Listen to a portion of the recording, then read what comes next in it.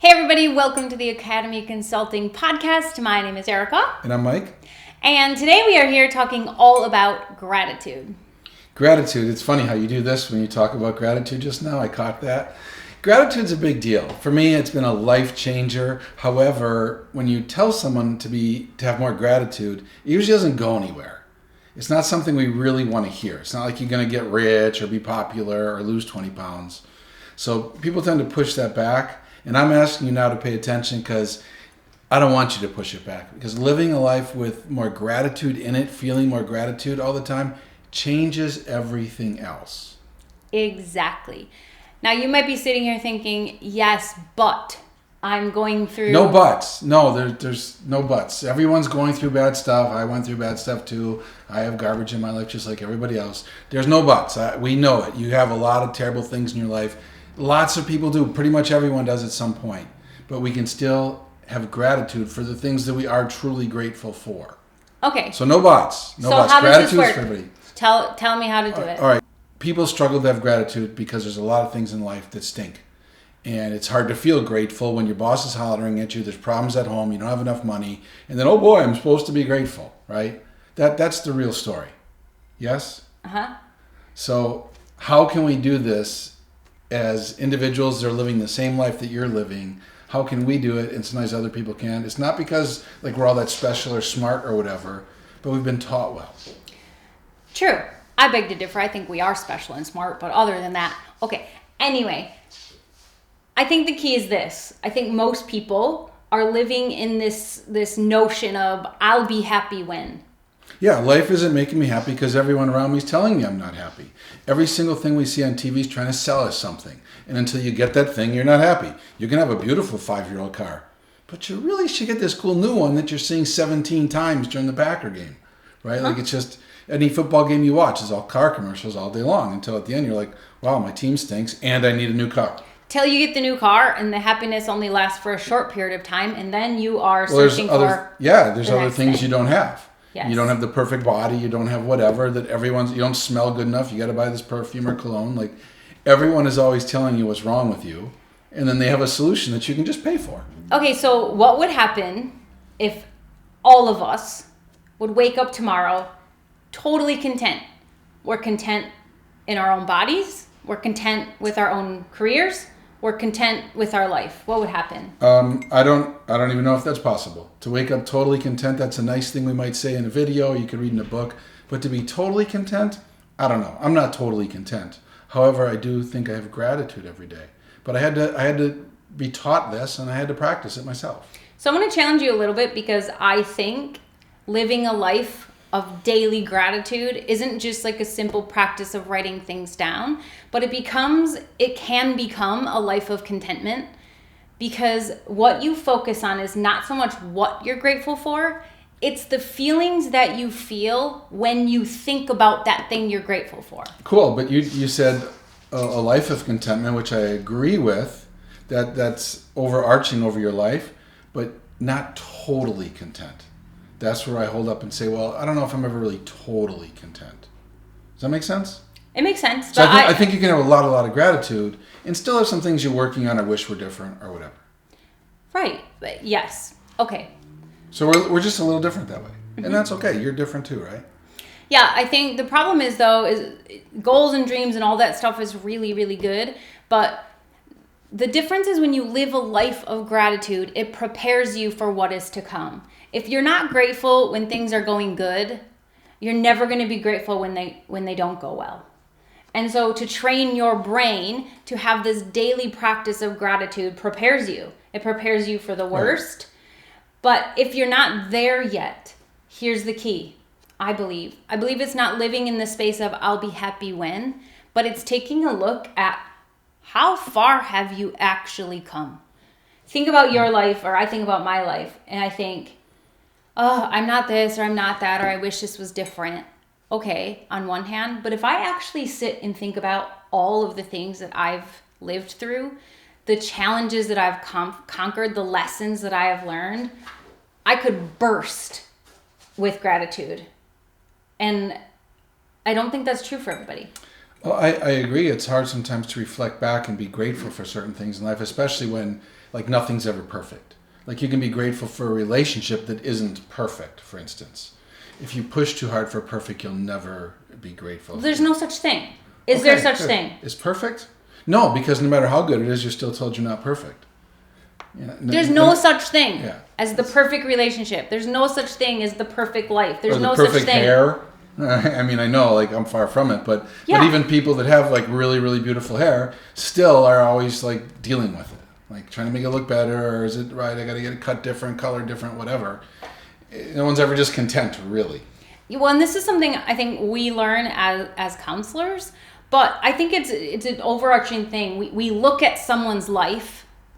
Take a famous person, for example. You can look at a famous person and you think, oh gosh, they must be so happy. They're famous, they have money, have a good job. It's not true. It's not true. There's no perfect life. There is no, this is what you need to be happy. Everything you need to be happy is right inside of you. And this is the reason we love doing this, is what we do here. It's the reason we love meeting with people so much, because I think there's this underlying unhappiness just below the surface of so many people. Like you talked about like, rich, famous movie stars or whatever you said, you know, they're still struggling in life just like everybody else. But I think we spend so much time in the negative, we struggle to be grateful for all of us. And it just drags us down. For example, I had a doctor appointment recently, and the nurse walks you back to the little doctor. Like you have the big waiting room, then the little waiting room, and the nurse walks you back. And she had really pretty hair. It was like medium length and a little bit curly, and it was like various shades of gray, and it looked super pretty. It looked really healthy, and I just mentioned it to her. I was really taken aback. She had really pretty hair. And I mentioned it to her, and she instantly started crying.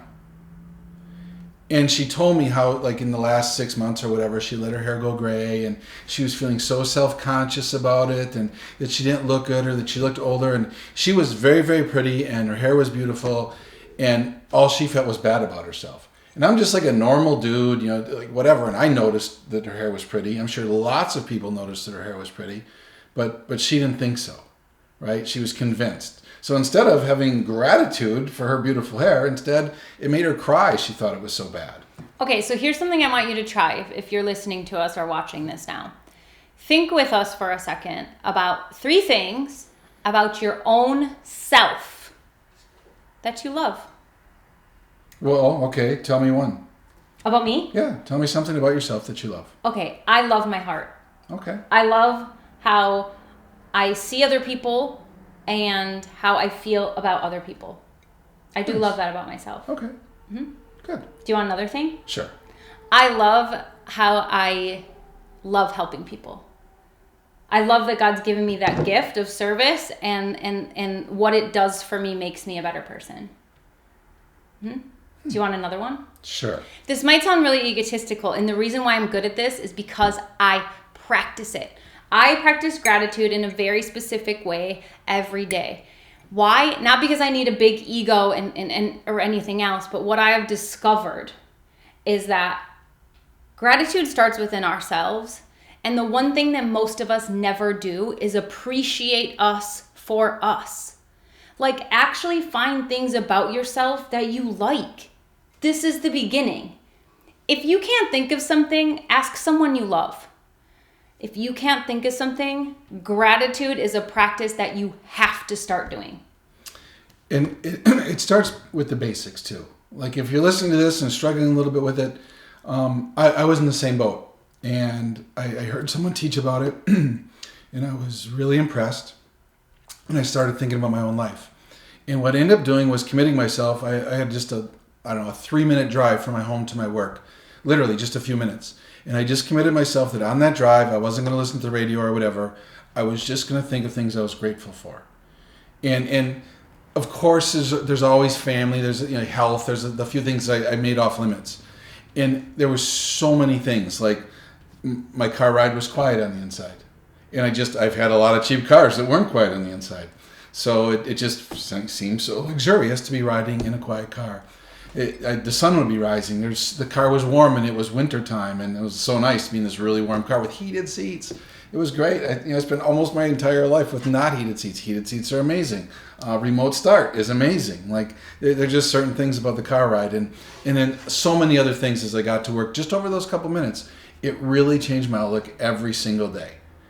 Rush around in the morning, get ready, and then just have this few minutes to just be grateful. And by the time I got into my office in the morning, I was in like a really good mood because I had so many things to be grateful or thankful for. Well, super simple. You said something in that is very true. What you did on that ride to work is you were present. You were in your present moment. You weren't thinking about everything you had to do all day. You weren't thinking about all the things that you lacked in your day yesterday or your years. You were there. Yeah. And you were present. I loved it so much, and it affected the beginning of my work day every day so much. I ended up requiring it of my staff. At about a 10-person staff, and we started staff meetings, we always started with what we were grateful for. And I did the same thing, not family, not the easy stuff. And it was amazing the stuff that people would come up with. They might have leftovers for lunch, and it was like their favorite meal, and they were just excited, like lunch was going to be fun today. I mean, it can be the smallest of things, but when you really think about them, there's a lot of stuff that makes you super happy. Yeah, I think you're right. And I think if you're listening to this and you're thinking, and it's hard for you to think of things to be grateful for, when you asked me to think of something and it was very easy and I can come up with an easy list, again, it's because I've been practicing it. And I would encourage you, yes, start small, look at the things around you, yes. But the true life-changing key is when you can be grateful for you and your life and how far you've come, because that shifts the perspective from chasing after something, the I'll be happy when syndrome. That's more where it starts. And that's why it's hard for us to find things we love about ourselves, because we don't think of it this way. Right. Especially when you practice this every day. Like my current practice is in the morning before I leave for work, I'll sit somewhere in the house, sometimes at the foot of my bed, and I just get at peace with myself, get quiet for like a minute maybe, and then just start thinking about things I'm grateful for. And it might be the warmth of the room, it might be I have nice carpeting under my feet, whatever. And there's so many things then that you can even thank God for. Like yes. I live in a really warm house. Lots and lots of people around the world don't. I have a refrigerator full of food that, sometimes you look in the fridge like, oh, there's nothing in here. But you have so much food in the house. Me too. So if you just start thinking like that, all these little things that are in your life. I had a really hot, nice shower. I love my shower. Yeah. Like a hot, nice shower is super important to me. Like with really good shower pressure and stuff. I just like that. Mm-hmm. So as you just start thinking through those little things, it just changes the way you start thinking about everything, including yourself. Yes. And I need, for me, I'm not as practiced as you, I don't think. I need to like warm up my gratitude with those little things before I can even start thinking about something I'm grateful for about myself. That's harder for me. Well, and I think it helps if you think about the people that are in your life. Can you think of someone that you know lives this way? And if you can think of someone that lives this way, learn from them. Ask them questions. Ask for help. Don't be shy. Yeah, okay, so I'm reading this book right now called The Hiding Place, and it's the story of Corrie ten Boom, okay? And the most amazing thing about this book is her ability and her sister's ability to find the good. It is remarkable to me. Like, I think I'm really good at it. So these are women in a concentration camp, just to be clear. These are women, who lived in around Germany during the war and all these things. They end up in a concentration camp. But even previous to this, they always found the good, always found the good. Here's just one example, okay? They're in the barracks of their concentration camp, and these two women have a Bible hidden, and they're doing these prayers every night with all of the women. And there's fleas everywhere, lice everywhere. Just, there's a barracks for 400 people, and there's 1,400 people in there, okay? And all of a sudden, one day, the sister, her name is Betsy, says, you know what, Corrie? We have to be so thankful for these lice and these fleas, because they keep the guards out, and we're able to worship God in here because the guards don't come in, and they can't abuse us in here. Thankful for lice and fleas.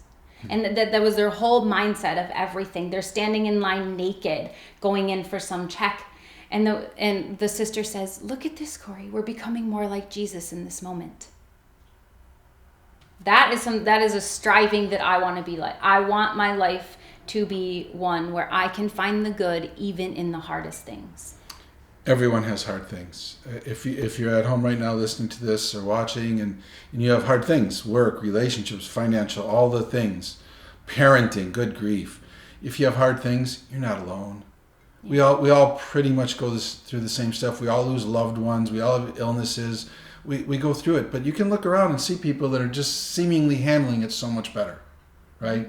And ask or study, read books, whatever it is, get a counseling appointment, whatever it might be. But you can live a life of gratitude. You can be happier in your surroundings. You can find joy in the middle of a troubling life. Yeah. It's been done. You can do it. One of my favorite verses in the Bible is from 1 Thessalonians, and I think it kind of can sum up how we live a life of joy. It was like, always be joyful, never stop praying, and give thanks in all circumstance. It's like, that's really seemingly impossible, right? To a lot of people. Like, I'll be happy when, okay, I pray if I need something, or on Sunday, typically, right? For a lot of people, that's their reality. And I say thank you, at dinner or when something goes really well. Now, that's more the reality of that verse. But I think living a life of gratitude takes that verse and can actually make it your reality. When you can find joy in the simplest things, being present. I mean, when's the last time you hugged your kids and were like in that hug, like marinating in that hug? And it's not so much about thinking you're grateful for something. It's the feelings that come up when you think of that. That's your focus, is how you feel when you are grateful. The more you feel it, these happy chemicals, like dopamine, serotonin, cortisol, all these happy chemicals that naturally occur in our body when we are grateful, ends up changing things for you. So what do we do, right? Like, we're listening, we're trying to learn something, we want to grow in this area. What do we do, Erica? Well, first, if you need some help, if this is so hard for me, find someone in your life that already is grateful and ask them a few tips. Come see us. We're really good. This is what we do every day. But right now, here in this moment, I want you to think of 3 things about yourself that you like. That's where it starts. Find it. Be grateful for it. And sit in it. And think about you. Build yourself up. Encourage yourself. That's where you start. Okay. And if they need help, a friend, counseling, either with us or with someone else, yes? Yes. I have someone in my life. I love her dearly. Love, love, love. Sometimes I as hard as I try to help her to see the good and find the good, it's really, really difficult for her. So I understand that it does come easier to some people than others. Okay? But you got to get started. Yes. Like, if you can't think of 3 things you really like about yourself, think of one. Think of one, right? And if thinking about yourself is hard, before that, think about your environment or other people in your life or all the things that you have. Start the practice of just being grateful. Being grateful and be present. Like, be where you are. Wherever you are right now, what does it feel like? What's around you? What are you seeing? What are you smelling? Be grateful for the moment that you're in. It can start right there. I'm grateful right now that I get to have the privilege of talking about something that I'm so passionate about in the hopes of being able to help one other person. I'm super grateful for that. Okay, I'm kind of hungry, so I'm super grateful that someone else is making dinner for me tonight. See? I'm serious. Think about it. Like, I'm going to go home today and have a dinner. I didn't have to do any of the work for it. I didn't have to buy the groceries. I just sit down and eat this really nice dinner and probably help with cleanup. Yeah. That's amazing. It might not seem amazing until you start thinking about all the people in the world who don't have that. And so don't take it for granted. So it's even little things like that you just start taking for granted, right? You have 10 shirts to choose from in your closet. A lot of people have 1. Yes. Or a few. There's so many little things. And that's what I'm saying. It's those little things like, wow, I am grateful for dinner tonight. I don't have to cook. I don't have to do anything. I just show up and eat. That's amazing.